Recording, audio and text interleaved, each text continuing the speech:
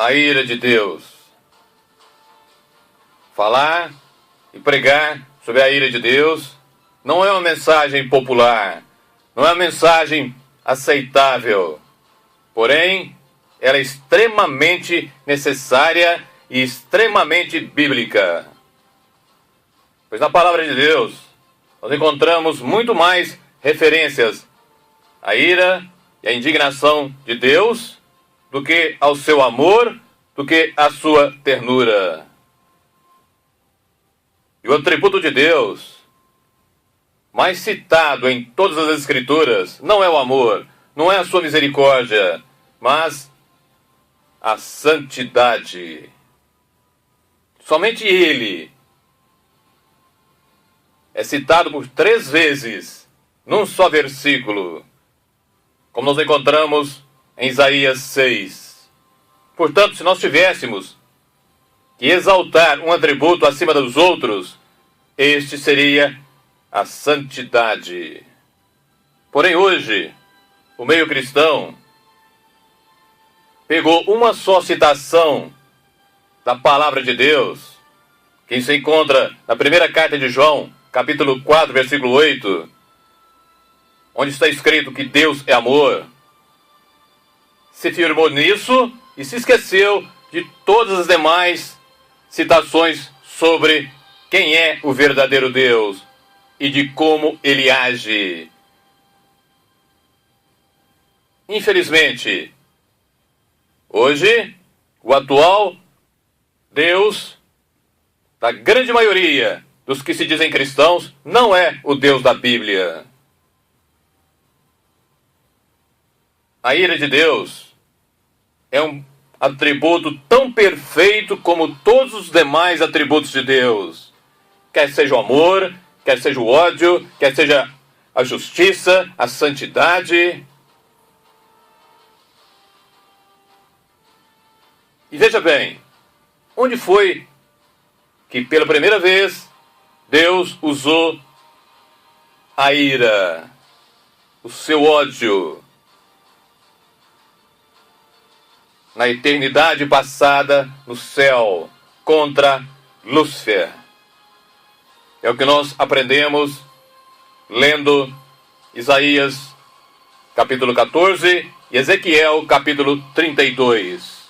Portanto, muito antes que houvesse o homem, Deus já tinha manifestado o seu ódio e a sua ira. Mas contra que e quem? Contra o pecado.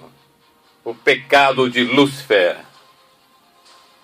E no Éden, no capítulo 3 de Gênesis, quando o homem pecou e desobedeceu a Deus, ali nós vemos que também a ira de Deus, o ódio de Deus, se manifestou, punindo e castigando o homem, que a partir de então se tornou filho da ira, se tornou filho da desobediência. E somente em Jesus, mediante a vida perfeita, mediante a missão perfeita de Jesus Cristo, para reconciliar novamente o homem com Deus, é que é possível, de fato, ser como éramos antes. Porque Jesus suportou toda a ira do Pai no Calvário. Para que então nós entendamos o Evangelho, é necessário que nós entendamos a ira de Deus. Porque naquele momento, no Calvário, como eu já disse, a ira de Deus teve e foi manifesta de maneira mais violenta. Exatamente contra Jesus, o seu Filho, contra o Filho do Deus Altíssimo. Porque naquele momento, Jesus estava representando você e eu. Estava carregando em si a culpa de todos nós. Por isso, Jesus viveu uma vida perfeita como homem, como representante do homem, e pagou ao Pai tudo aquilo que o homem lhe devia. dando oportunidade, então, da reconciliação novamente entre homem e Deus. Isaías 53:10 diz: agradou ao Senhor, ao Pai, moê-lo. Isaías 53:5 diz: o castigo que nos traz a paz estava sobre ele. Sobre quem? Jesus Cristo. Por isso, cada um de nós, se somos cristãos, temos que realmente viver segundo o que Jesus ensinou, o seu verdadeiro evangelho, e nunca nos colocar e nunca dizer que Deus é somente amor, porque Ele é de fato amor, mas Ele é justo, é um justo juiz, Ele é severo, Ele é um Deus que odeia, Ele é um Deus perfeito em todos os seus atributos e em todas as coisas. Somente Ele é o ser que pode ter essa característica: perfeito em tudo e em todas as coisas. Jesus, na cruz, eu repito mais uma vez, satisfez toda a justiça de Deus e apaziguou a ira do Pai contra o pecador e contra o pecado. Porque o Salmo 5, versículo 5 nos diz que Deus odeia não somente o pecado, mas também ao pecador. E Salmo 7, versículo 11 diz que Deus se ira todos os dias, já tem pronta a sua espada, e se o pecador não se arrepender, ele vai matá-lo. A ira não é uma nódoa, não é uma imperfeição no caráter de Deus, mas é, eu repito, um perfeito atributo de Deus, como todos os demais são. E Ele, o Deus Altíssimo, não quer esconder a sua ira, porque aquele que é santo odeia aquilo que é errado, aquele que é santo odeia o pecado, aquele que é santo, aquele que é justo odeia o mal, odeia tudo aquilo que é errado, aquilo que não é conforme a sua natureza. E Ele não quer em momento algum esconder a sua ira, pois Ele é a justa ira de Deus. Veja bem o desafio que Ele nos faz, a cada um de nós, a todos os homens, para e revelando de fato quem Ele é.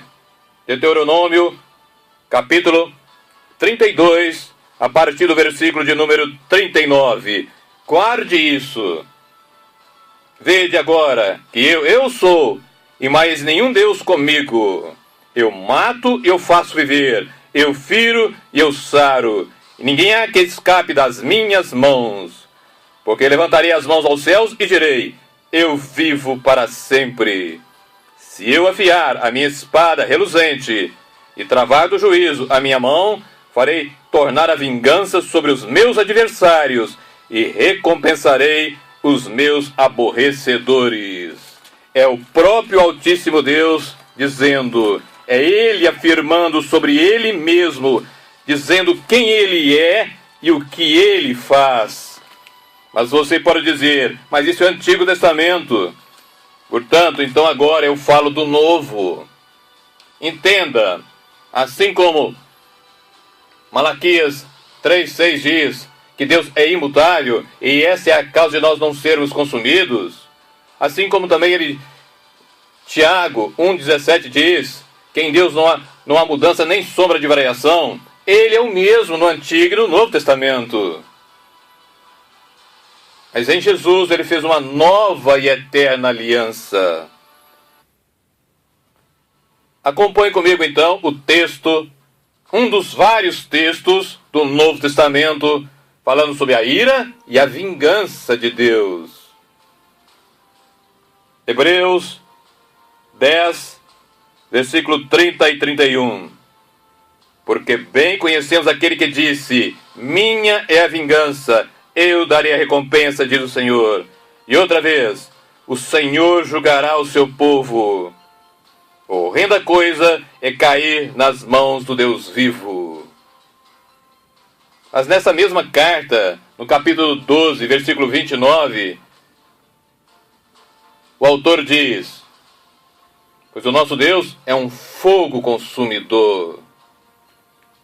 E assim também em Romanos 12, 19, ele nos fala também da mesma forma sobre a sua vingança, ou sobre a sua justa e santa vingança. E é bom que entendamos uma coisa: a ira de Deus, a justiça de Deus, a vingança de Deus é santa. Não é como a nossa, que é pecadora e vingativa, no sentido pejorativo. Romanos 12, versículo 19. Não vos vingueis a vós mesmos, amados, mas dai lugar à ira. Veja bem o que ele está falando. Porque está escrito, olha agora: minha é a vingança, eu recompensarei, diz o Senhor. Portanto, a ira de Deus está presente, sim, em todo o agir de Deus. E ainda para nós completarmos, falando de justiça e juízo, o Salmo 89 e o Salmo 97 diz que a base do trono de Deus é o juízo e a justiça. E sobre a ira, é bom que nós coloquemos algumas características dela, sobre a ira do Deus Altíssimo. Nós encontramos, teologicamente, pelo menos 5 características. A ira da consequência. Que vem a ser isso? É quando alguém faz determinadas coisas e traz sobre si aí esse tipo de ira, essa parte da ira de Deus. É a aplicação prática da lei da semeadura, que nós encontramos na carta aos Gálatas, capítulo 6, versículos 7 e 8, quando diz: não erreis, amados, Deus não se deixa escarnecer. Aquilo que o homem plantar, isso também ceifará. Aquilo que plantar na carne, colherá a corrupção. Aquele que plantar no Espírito, a vida eterna.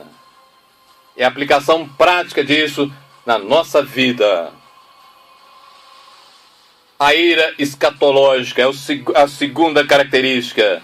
É aquilo que Deus vai derramar sobre este mundo durante o período da grande tribulação, para aqueles que ficarem. E está tão bem descrita no livro de Apocalipse, e que nos mostra como será aquele terrível período, e que Jesus mesmo diz que se aquele período não fosse abreviado, ninguém se salvaria. Mas também nós encontramos aquilo que é dito e chamado de a ira cataclísmica, que o mundo chama de os grandes desastres naturais, mas que não são naturais. Sejam os grandes terremotos, os tsunamis, ou assim também como aconteceu em 2001, quando se derrubou as 2 torres gêmeas em Nova York, e assim um terceiro avião também foi contra o Pentágono. Porque ali, muitos falam: não, mas Deus não teve nada com isso. Não, teve sim. Mas da seguinte forma, guarde isso no seu coração: ele simplesmente não impediu os planos do inimigo. Não foi ele a causa, mas ele não impediu os planos do inimigo de assim agir. E por quê? É ele falando e mostrando para os Estados Unidos e para todos nós quem ele é e para que acordasse, para que a igreja acordasse, porque daquele momento em diante houve muita mudança naqueles que se dizem cristãos nos Estados Unidos. Mas infelizmente, até hoje, parece que esqueceram daquilo. E a grande maioria da igreja americana tem como primazia viver abandonando o Altíssimo Deus e em heresia. A ira eterna, esta é aquela que o Deus Altíssimo vai aplicar sobre todos aqueles que vivem na prática do pecado e que não se arrependem. Ou seja, é o inferno. E é bom que nós coloquemos mais alguma coisa sobre isso. O inferno não é uma ficção. O inferno é real. E aquele que mais falou sobre o inferno não foi Paulo, não foi Pedro, não foi o Antigo Testamento. Foi Jesus nos Evangelhos. E ele falou de tal maneira que em Mateus 10, 28 ele diz: para que nós não temamos o homem, não temamos aquele que pode matar o corpo e depois disso não pode fazer mais nada, mas que temamos, sim, aquele que depois de matar o corpo pode também fazer perecer a alma e o corpo no inferno. O inferno é real, porque é o local onde Deus vai despejar toda a sua ira. É o local onde todos sofrerão. Mas vão sofrer porque lá não tem Jesus? Não, ao contrário. Vão porque lá a ira do Cordeiro vai se manifestar.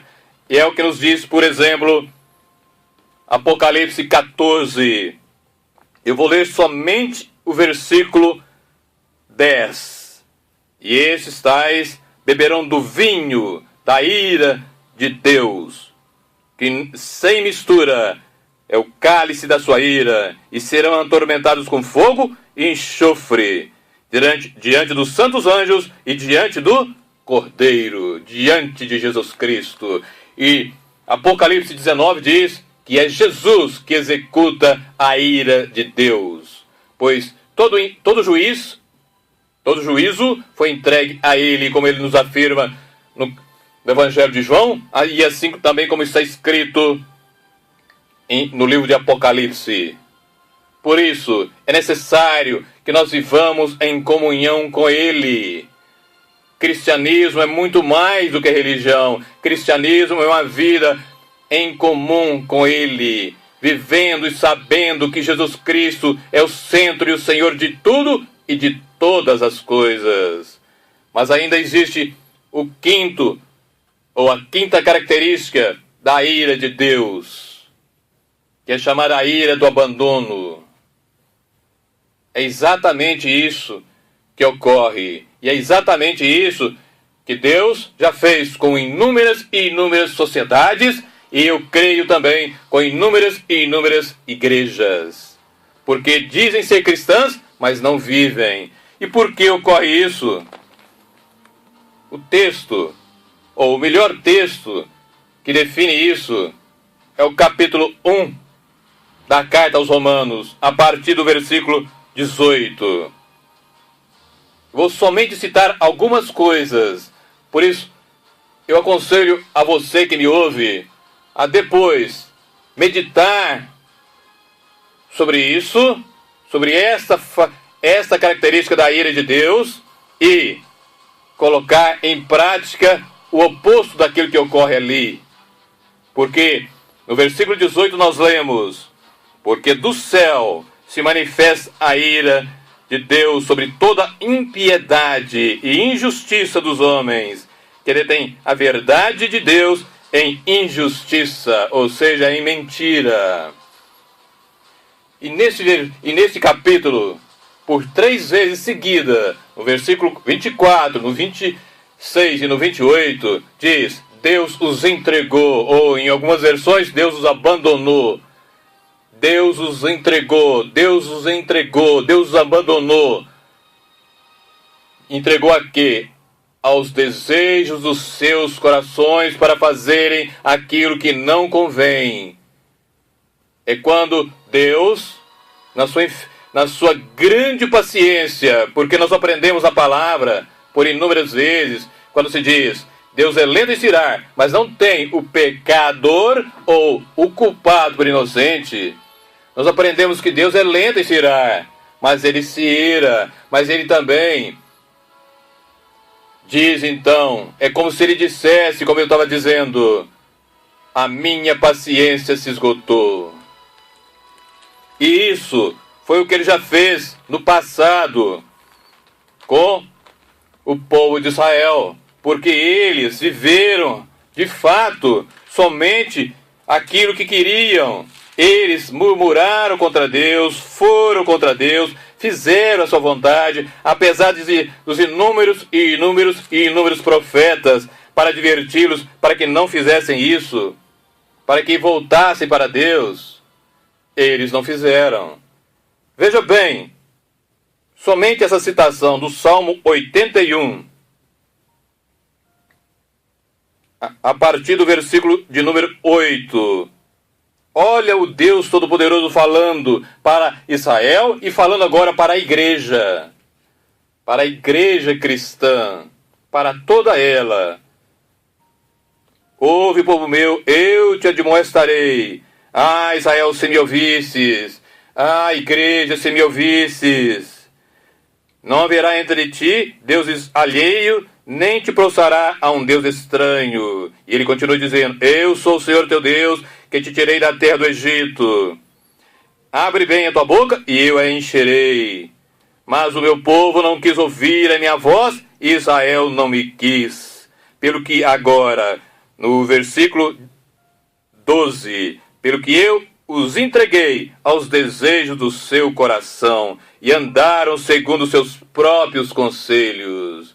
Por isso, assim como no passado, hoje, infelizmente, a grande maioria que se diz cristã não é realmente cristã, pois não vive segundo o verdadeiro Evangelho de Cristo e está sendo, então, alvo da ira do abandono. Está sendo, então, e voltando a ser filhos da ira. Guarde no seu coração isso, essas 5 características da ira de Deus, e viva não como filho da ira, mas como um verdadeiro cristão. E assim como está em Romanos capítulo 11, versículo 22, quando diz para que nós consideremos não somente a severidade de Deus, não somente a bondade de Deus, mas também a severidade de Deus, assim você faça, para que você seja objeto não da severidade de Deus e não seja cortado, mas seja você objeto da bondade e da misericórdia do Altíssimo Deus, da graça do Altíssimo Deus, e viva na dependência dele todos os momentos da sua vida. Todos os momentos da sua vida, sabendo que você depende, antes de qualquer outra coisa, de Deus. E é para ele que você tem que viver, se realmente você é um cristão verdadeiro.